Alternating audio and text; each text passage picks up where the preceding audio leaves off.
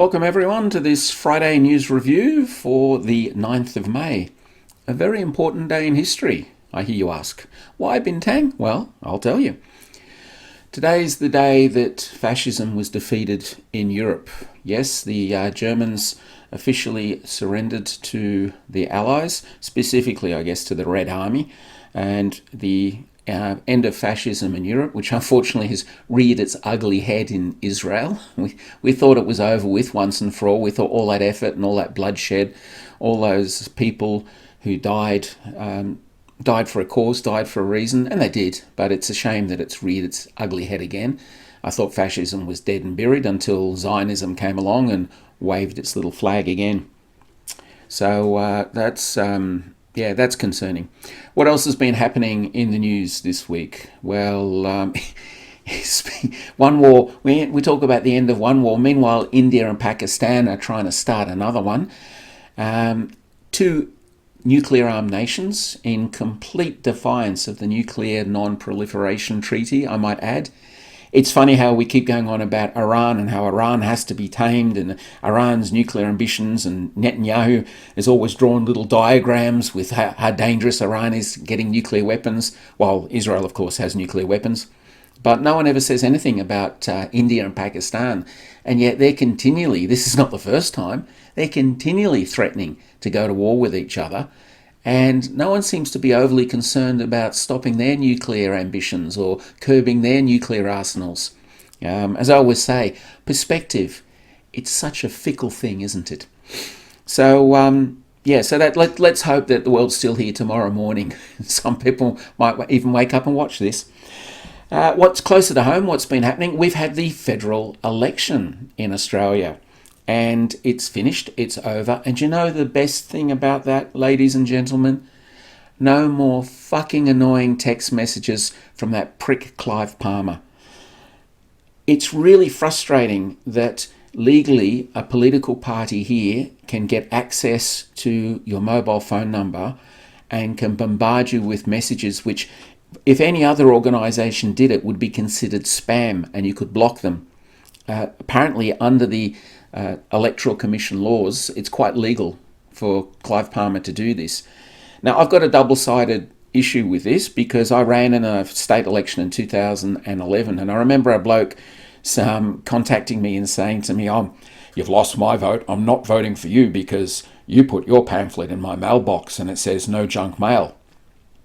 To which I replied, "Well, mate, if you consider officially endorsed electoral information from the Australian Electoral Commission to be junk mail, I neither need nor want your vote." Basically, in a nice way, I told them to fuck off. So I understand that people need to be given information and they need to be informed, but there's a difference to putting pamphlets in a letterbox that people can choose to read at their own leisure or throw out, as opposed to bombarding your personal phone with text messages. To me, that's like someone actually opening your front door and throwing leaflets in your face. So although I'm very adamant of the need for people to receive information, a text message basically campaign is an intrusion of your personal privacy, I think, and it's something that I think the Electoral Commission should look into and quite frankly stop. It's not up to political parties or individuals to start sending people text messages. That's a step too far.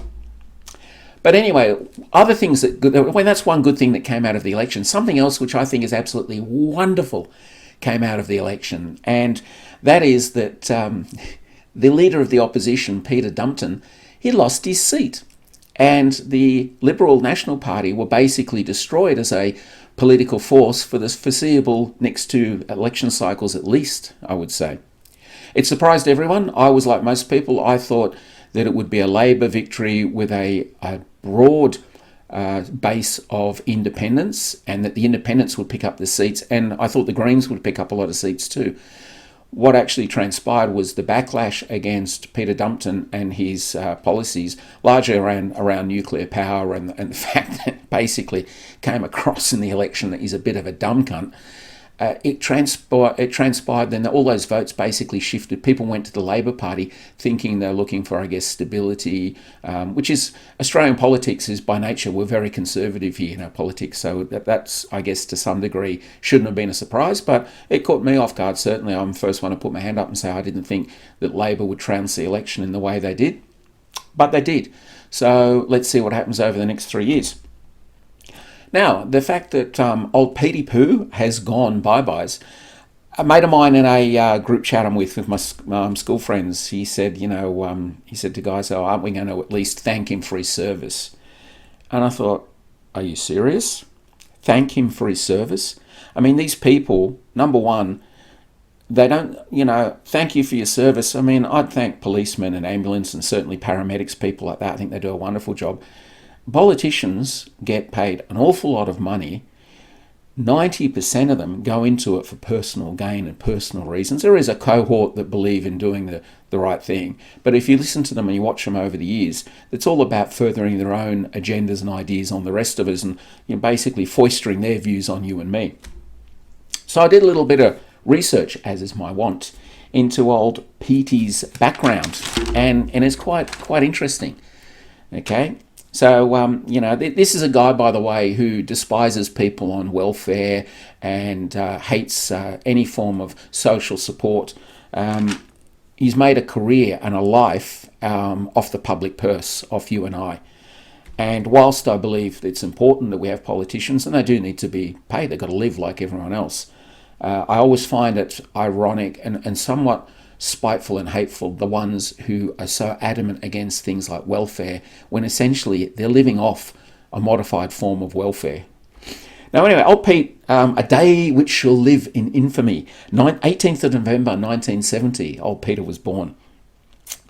He was 18 years old when he joined the Liberal Party. So he's been a prick all his life, hasn't he? But at the age of 30, he was elected to the House of Representatives in the 2001 election. So I have to admit, the guy rose through the ranks quickly, and clearly he was a go-getter. He was successful. So, I mean, credit where credit's due. He went through. In 2004, after the election, he was appointed the Minister of Employment Participation, which I think is very interesting, considering he tried to get everyone who was on any kind of welfare and benefit for the rest of his career into employment. Now, some might say that's a good objective. Well, we'll have a look at that in a minute. 2006, sorry, I've got it all written down here because there's a lot to remember. The old Bintang's getting a bit old. 2006, he was appointed by Peter Costello to be the Assistant Treasurer. So once again, so he started in 2001, and only 5 years. You can see he's moved up. So there's no doubt that the guy was a go-getter. He was someone who obviously made an impression, and he went places. Now, in 2007, you remember the Kevin 07 election, Kevin Rudd won that. Now, Peter Dutton, he retained his seat by just a mere 217 votes in 2007. Or what could have been if those 217 people had voted differently. We might never have known the evils that this man committed, and he did commit some evils. So at that point, he was appointed to the Shadow Minister for Health. So this is a man who's had a lot to do with the health portfolio.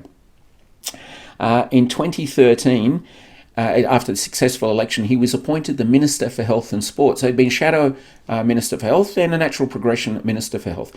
Now remember, this is the man who wanted to introduce the Medicare co-payment. I love names like that, the euphemism, co-payment. It's not a tax, it's not a fee, it's a co-payment. You're helping out. Well, hang on, I already pay Medicare levy, so it's not a co-payment, it's an additional payment because I'm already paying for that. And he wanted to charge us all $7 every time we saw the doctor. Now that was back, we're talking back, over 10 years ago. I don't think it'd still be $7. So here's a guy who was the health minister who basically wanted to undermine the very principle which Medicare stands upon, which is that anyone can see a doctor without charge because that allows people who aren't as financially affluent as others to get the same level and standard of healthcare. That's a basic principle of any socialised medical system. And of course, Peter, not understanding that, he wanted to, of course, once again, to make it an elitist system because if you start charging people to see the doctor, well then by nature, the people who have more money find it easier to go and see the doctor. So once again, you're discriminating against the poor and the underprivileged in society, something Peter has a history of doing. December 2014, this is a day that should live in infamy, or a month that should live in infamy. He was moved to the Minister for Immigration and Border Protection, where he oversaw Operation Sovereign Borders. Remember that wonderful, wonderful thing? Now, at some stage, light will be shed on Operation Sovereign Borders, because there is credible evidence that we actually bribed Indonesia to stop sending people from boats. Remember, as I always said, all these people coming up in boats, and people like Dutton and Morrison going on about how we have to keep the borders secure and the influx and all this. I used to always turn around and go, but where are they coming from? Are you telling me people are getting on boats in Afghanistan and sailing all across the ocean to Australia? They're getting on boats in the Mediterranean and sailing to Australia? No, of course not. They were coming from Indonesia. And what did we do? We bribed Indonesia. Remember the $24 billion helicopter deal that we funded the Indonesian military for helicopters? Why are we helping the Indonesian military? A military which, by the way, has the most appalling human rights track record. Absolutely appalling. So, and then all of a sudden, all these boats stopped. And these people walking around, Morrison and Dutton and the likes, with the little statues in their parliamentary offices saying, I stopped these. No, you didn't stop those, you bribed them. So that was a concerning time. December 17, he was moved to the Minister for Home Affairs. That was a super department which basically gave one man, and in this case, the very, very wrong man, Peter Dutton, control over immigration, border protection, decisions on issues of people found guilty of crimes here who weren't citizens. It was basically allowed him far too much authority, which he abused, and we'll go into that. 2018, he showed his political naivety when he challenged for Malcolm Turnbull for the leadership of the Liberal Party. And as we all subsequently found out, he was played for a fool by Scott Morrison, who was a conniving shit, but at least he was conniving, and basically used Dutton to split the votes so that Morrison could get the leadership, and played him off like a pawn. So it doesn't say much for a man who's been in politics basically since 1988, where he's active in the Young Liberals, euphemism for assholes.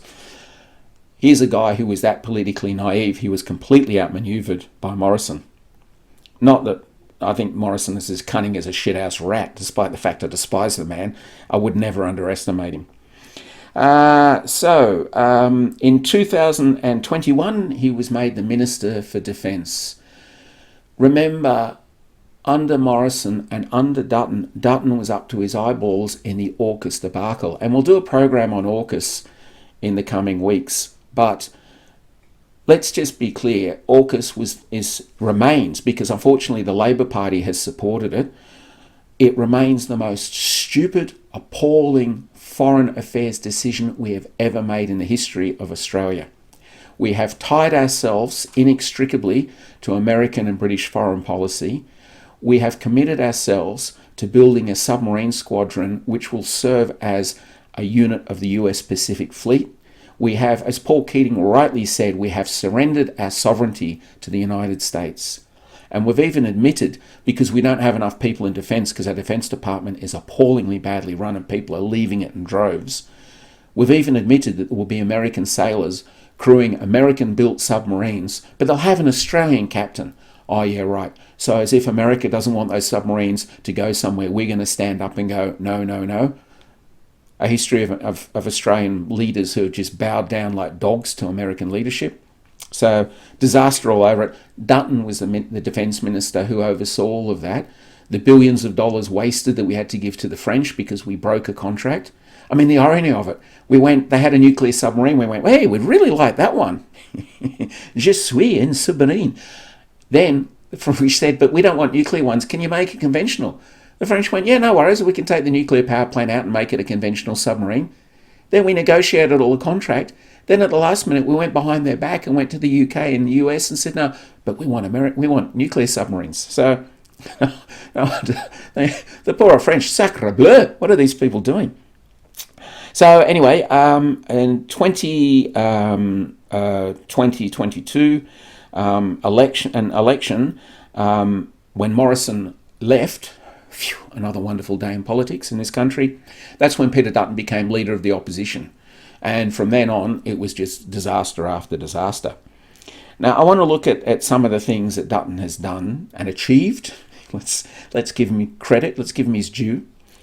In 2005, he was one of the big supporters of, you may remember, John Howard's scheme for the Australia card. Remember a little ID card that they would use to basically monitor us all? Now, I'm no idiot. Well, some may challenge that. But I know everything we do is tracked and monitored. I agree. But, you know, why would you sign up for a national identity card? Do we really want to make it easy for the bastards to monitor us all? I know they do. But let's not just sign up and go, please, let's do it. Make it as hard as possible for them to control your life. And not having a national identity card is a good thing. We don't need one. We function fine without it. But of course, that little war criminal shit, John Howard, tried to introduce it. And one of his biggest backers was Peter Dutton. Now, in 2005, Dutton was assistant treasurer back then. This is a guy trying to save money who ended up running the health portfolio. So his first idea for saving money was, if you're a disabled person on a disability pension, right, and it's assessed that you can work more than 15 hours a week, then you should come off your disability pension and go on to New Start, which was then their job finding initiative. What's the significance of that? With New Start, if it's deemed that you're not actively looking for work, that can stop your payments.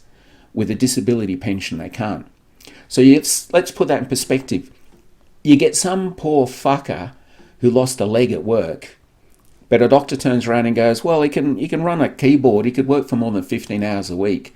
So we're going to take him off a disability pension, right? Even though he's clearly fucking disabled, we're going to put him on New Start and tell him that if he doesn't actively look for work and show how he's looking for work, we're going to cut your benefits.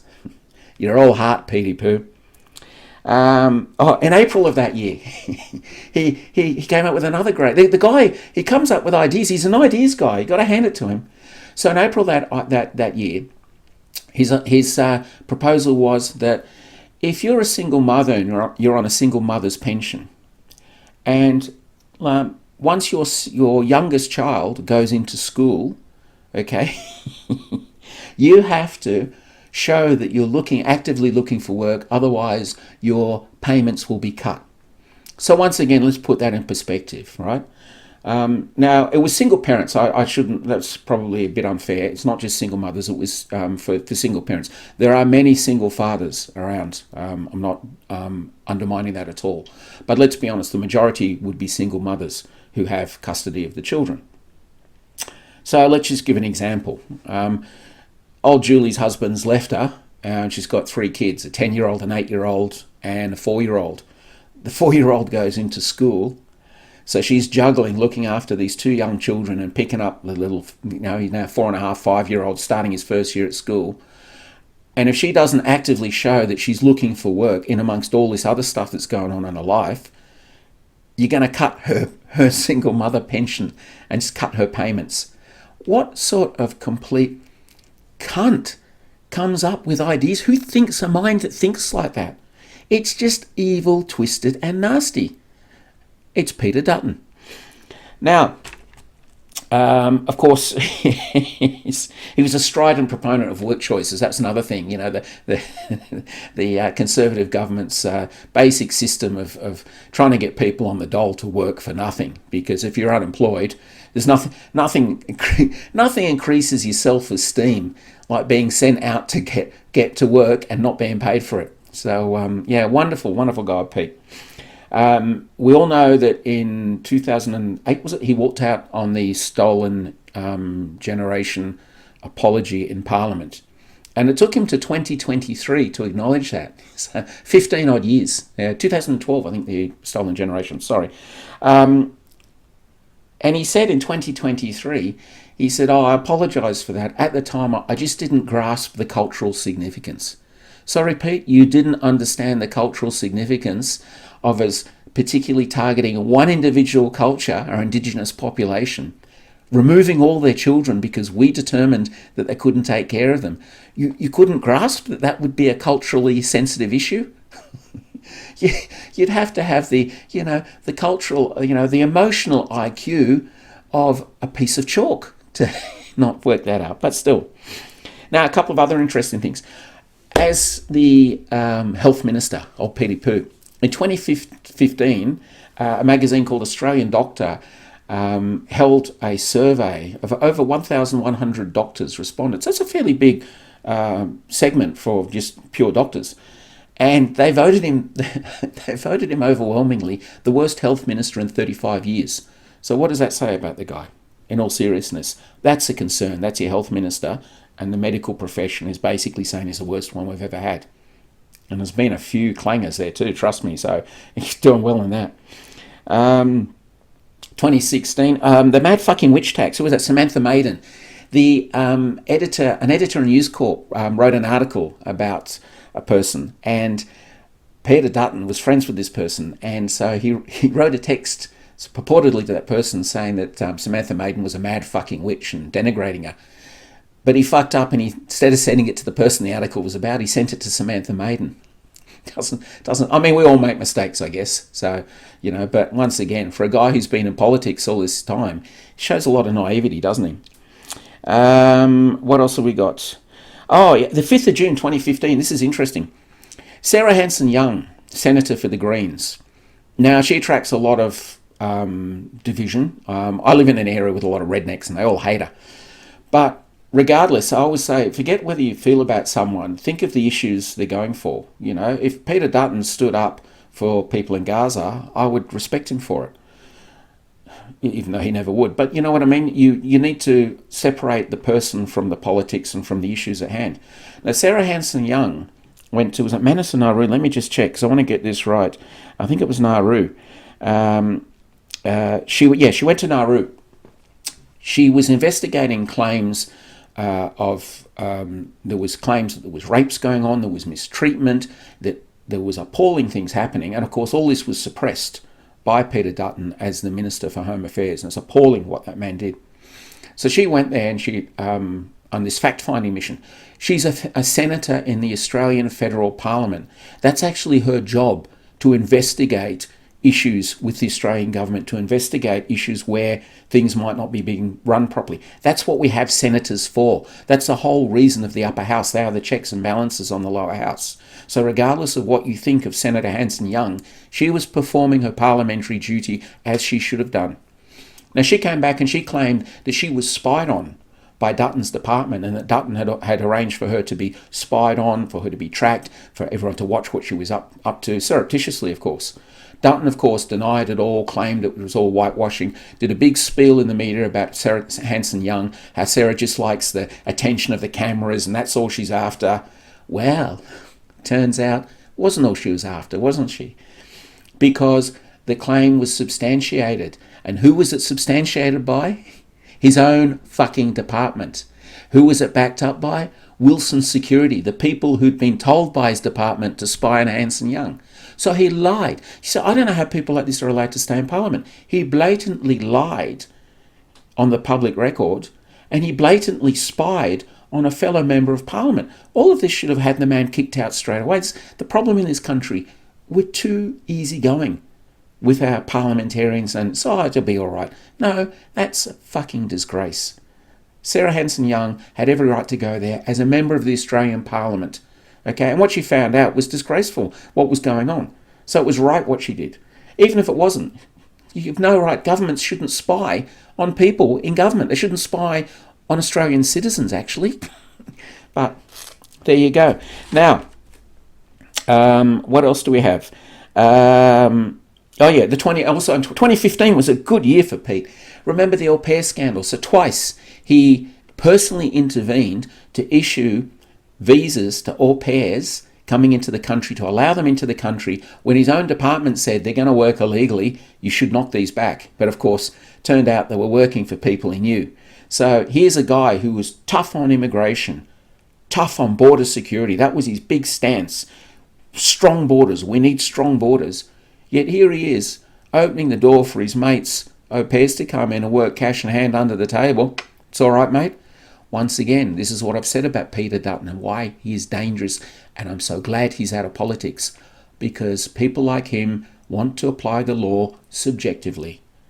Okay? They talk about law and order. They don't mean for all of us. They mean as they see fit. Hence why in my Friday News Review 2 weeks ago, I highlighted his issue with saying openly that he would allow Benjamin Netanyahu into the country if he'd made it to Prime Minister, and wouldn't arrest him because I'll ignore the ICJ. Well, the International Court of Justice is a court, mate. You've signed up to it, but we'll just ignore it because you don't like it, Well, like I said, subjective, dangerous. He also, what else did he do? Oh yeah, 2015 was also the year of the rising sea joke. That was good, where he's caught in a microphone joking about South Pacific Islands having water lapping at their door, which caused outrage. Absolute outrage, understandably. Climate change is a big joke, Pete. While we're living here burning fossil fuels and living in paradise, and people's islands are sinking who are contributing fuck all to global warming, we'll make fun of them. Nice guy. What do we have? In 2017, of course, you remember the big issue about Manus Island, where there were shots fired at the detention centre by Papua New Guinea security people, and Peter Dutton then lied. He was caught lying blatantly in Parliament, saying, they were trying to stop, there was a 5-year-old boy being led somewhere, and, what was he being led? He was being taken away, insinuating that someone was going to go and rape this 5-year-old boy, and that the security forces, the personnel intervened to stop that. Of course, the truth is the boy, we later found out, was 10. He'd gone up actually asking for some food. He wasn't being led away anywhere. He was fucking hungry because we weren't looking after these people properly. And the security personnel of Papua New Guinea, turned out they're all drunk and carrying on and shooting guns in the air. So a disgrace. In October and November 2019, Peter also, remember this, he proposed having mandatory minimum sentences for people who protested and broke the law. Now, this can be once again a divisive issue, because you can say, people have a right to protest, but they must obey the law. Well, considering that most laws are designed to bind us, control us, and force us to go along with whatever governments decide, I think there is a very strong argument for the fact that genuine protest often requires, not always, but often requires, breach of the law. Sometimes you just got to march down a street and say, we've had a fucking enough. If you live in a democracy, and he was criticised by this soundly, if you live in a democracy, you have to accept that protests are one of the inconvenient facts of life, that people occasionally are going to block roads and march down streets, because that's what the democratic process is all about. People's right to protest, to hold their government to account. As I said in my last week's Friday News Review, democracy ain't about voting.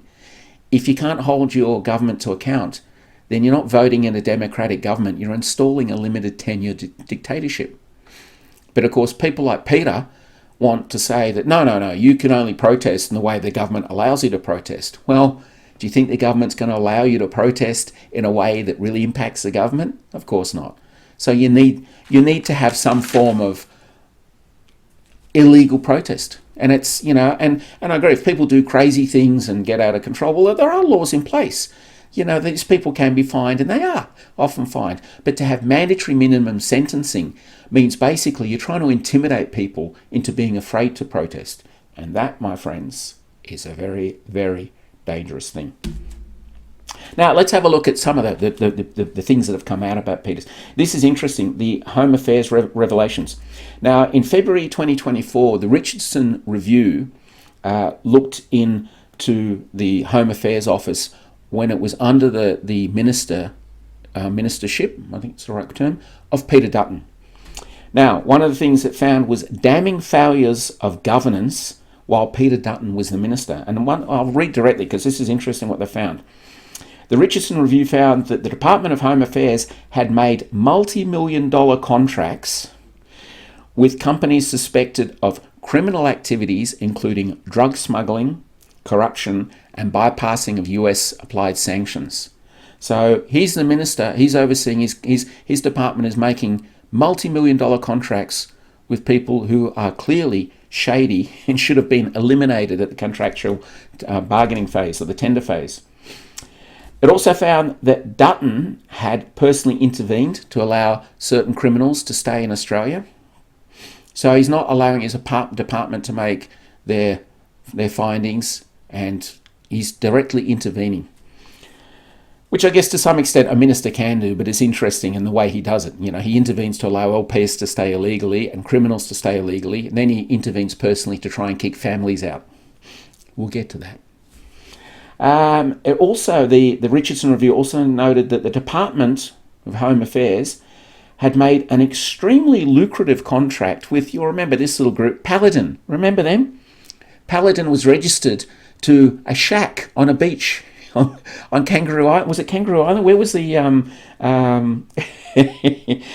where was it? Yeah, Kangaroo Island. Yeah, I had to read that again to double check. I couldn't believe it. So Peter Dutton awarded multi-million-dollar contracts without competitive tender. Now, I've worked in government departments. You can't do anything without competitive tender because it's public funds.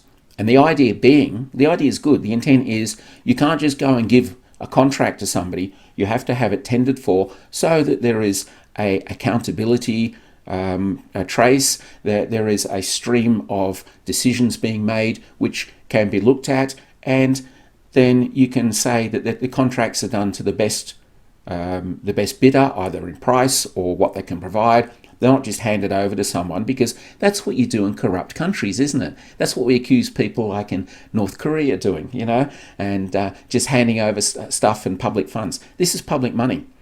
So the contract with Paladin was done without competitive tender. Here's millions of dollars to oversee this issue. We're not going to let anyone else have a crack at it. And oh, by the way, you run out of a little shack on Kangaroo Island. Sounds legit. So we'll get KPMG to audit you, right? And on 2 occasions, KPMG audited the wrong company. They fucked it up, whether deliberately or just through sheer incompetence. Now remember, Dutton is the guy who wanted to cut all those jobs in Canberra and give them, to outsource them to companies like KPMG. What a wicked web we weave. I wonder why, Pete. I wonder who you knew in KPMG. Also, during this time, they resettled refugees from Manus to Papua New Guinea. And $80 million of funding that was sent to Papua New Guinea to pay for all of this just disappeared into thin air. Never been found. $80 million under Pete's watch. Just gone. Interestingly enough, not long after that, remember 30 men turned up on a boat? I wonder, you have to wonder what went on there. Were they the 30 men that were supposed to be resettled in PNG? Of course, then Pete went on the tirade against the Labor Party, and it showed how dangerous they were and all this kind of crap. No, Pete, your department was throwing money away and money was disappearing everywhere, and you should be investigated for this. Yeah, like I keep saying, where the fuck is 60 Minutes? One of these so-called investigative journalists. Okay. September 2018, of course, we mentioned the Biloela family. He described their children as anchor babies. They wanted their children were sick. He tried to deny the children medical aid. A 2-year-old tried to deny a 2-year-old medical aid. What sort of inhuman freak are you, Peter? Then the local community rallied around because these people were seen as valued members of the community. He spent millions and millions of dollars personally chasing that family, trying to get them deported. What a nasty, vindictive shit you are, Peter Dutton. A nasty, vindictive shit. And of course you failed. Not only are you nasty and vindictive, you're fucking stupid, because you keep failing at everything you're trying to do, stuffing it up, and in the process squandering millions upon millions of taxpayers' dollars. Interestingly enough, I found out, do you know, now that Petey's out, like, oh, poor Petey's lost his job, must be hard. It's estimated, because it's very difficult, the parliamentary pensions are very complex. It's funny, yeah, funny. Your pension and my pension are very straightforward. Theirs, really complex. But the best estimate I can find is it looks like he will retire on a pension of $280,000 a year. Really? This is the guy who wanted to put Julie, the single mother, back to work the minute her 5-year-old went to school, who wanted to get Steve-O, who'd lost his leg in an accident at work, onto New Start. And he's going to walk away with $280,000 a year. Okay? He's younger than me. Well, I was born at 65, so he must be about 54, 55. You know, so he gets to retire on 280 grand a year. Plus, he's estimated to have he's estimated to have made over the years to have made $30 million in his property transactions. He used to, with his dad, he started a company, Dutton Holdings, I think it was called, where they would buy properties, renovate them, and sell them to childcare centres. He owns 6 properties with his wife, including a supermarket. This is the guy who paraded his son on TV to tell you how terrible it was under Labor, because his poor son, "Oh, I'm never going to get to own a house. It's so tough for me. I will have to rent for the rest of my life." What are you going to do? Rent one of Daddy's 6 properties? You little shit. Fuck off. So, this is the kind of person that we have. Now, an interesting thing, Richard Marles, who I have very little respect for, I call him the Minister for Self-Importance, because he seems to be so far up his own arse. And he's a huge proponent of America and AUKUS, so he's a fuckwit. But he tabled a speech in Parliament, it's on the Hansard, where he accused Dutton and his time as Defence Minister, okay, saying that that Dutton had announced $42 billion in projects, none of which were funded, all of which were running decades behind schedule. So as a Defence Minister, I've already said he was up to his eyeballs in the AUKUS debacle, which is the worst decision this country's ever made. Credit to Scott Morrison and Peter Dutton. You know, fucked us up, left us with that legacy. Wonderful. Okay. But some of his other wonderful things he did as Home Affairs Minister, and this is a guy who was previously Health Minister. So you think he'd have a bit of compassion as Health Minister, you'd be caring about people. In 2019, twice he was forced by federal court to transfer a sick child to Australia for treatment. What happened, we introduced a law called the Medivac laws. Basically, the Morrison government and Peter Dutton were blocking sick people held in Christmas Island and Manus Island in offshore detention from seeking medical help. They caused the death of somebody. And I'll get to that in a moment. And they did cause it, because it was found that they did, not by me. So under the Medivac laws were brought in to circumvent what Peter Dutton was doing, which was stopping sick people get necessary treatment. I mean, once again, what sort of sick, twisted mind thinks like that? If people are sick, give them healthcare. Oh, it's a burden. Mate, the amount of money Pete's just squandered and thrown away, do you think giving a couple of people some healthcare is really going to ruin the country? Like, it's so hypocritical apart from anything else. However, under Medivac, sick people had to be evacuated to the mainland if a doctor determined it, not just if they said, or I've got a headache, these are people who are sick, and a doctor at the facility goes, this guy needs to go to a hospital to be treated. He's sick. What's wrong with that? Okay? Medivac laws had to be brought in because Peter Dutton was stopping that happening. Then, of course, under the Morrison government, and I'm trying to think if I got the date, they repealed the Medivac laws. Okay? Oh, yeah, they did. The Morrison government, they passed the Immigration Amendment Bill of 2019, which repealed the Medivac laws and gave the power back to Peter Dutton to determine. Now,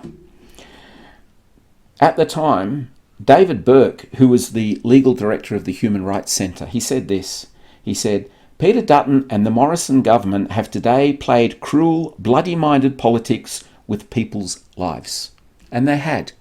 That's why I hate these people so much. They were hurting, making people suffer, and in a case I'm about to explain to you, killing people, all for political gain, to be re-elected, to get popular vote. What sort of fucking dogs are these people? Now, the death of Hamed Karzai. He was 24 years old. And he died, if you remember, he had some blood disorder and he was refused transfer to the mainland and he died, right? So Peter Dutton, his actions killed this person. At the very least, I think he should be charged with manslaughter, possibly murder. Now, so there was a coroner's finding. So what happened was poor old Hamed died, and then, of course, there was a lot of upping and ahhing. But the Queensland coroner, okay, so not me, not Bintang Bernie, Queensland coroner's findings, okay? The coroner's findings support what doctors and whistleblowers have been saying for months. The denial of essential medical care has become the latest tactic used by Peter Dutton against the refugees he continues to detain on Manus and Nauru. Okay? Now, you know, I don't know, you know, how you can put this any plainer, but the Queensland coroner, a guy called Terry Ryan, he examined this case. When someone dies here, of course, they have a coroner's report. And his finding, the Queensland coroner, was that the death of Hamed was preventable. In other words, he only died because he wasn't given proper medical care. So Peter Dutton, you are actually responsible for the death of a 24-year-old man. Doesn't that weigh anything upon your conscience? So in coming back around to what started this rant, when my friend suggested we should thank Peter Dutton for his service, well, there's his service. I've just outlined for you basically the service he provided to the people of Australia and to the poor people who came here seeking refugee status, who came here seeking asylum.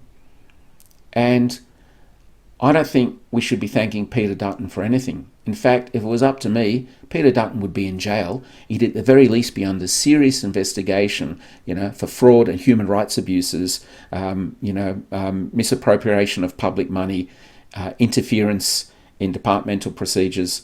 You know, it's disgusting what this man did. And he walks away with 280 grand a year. Mate, maybe there's something about, maybe there's money in being a cunt after all.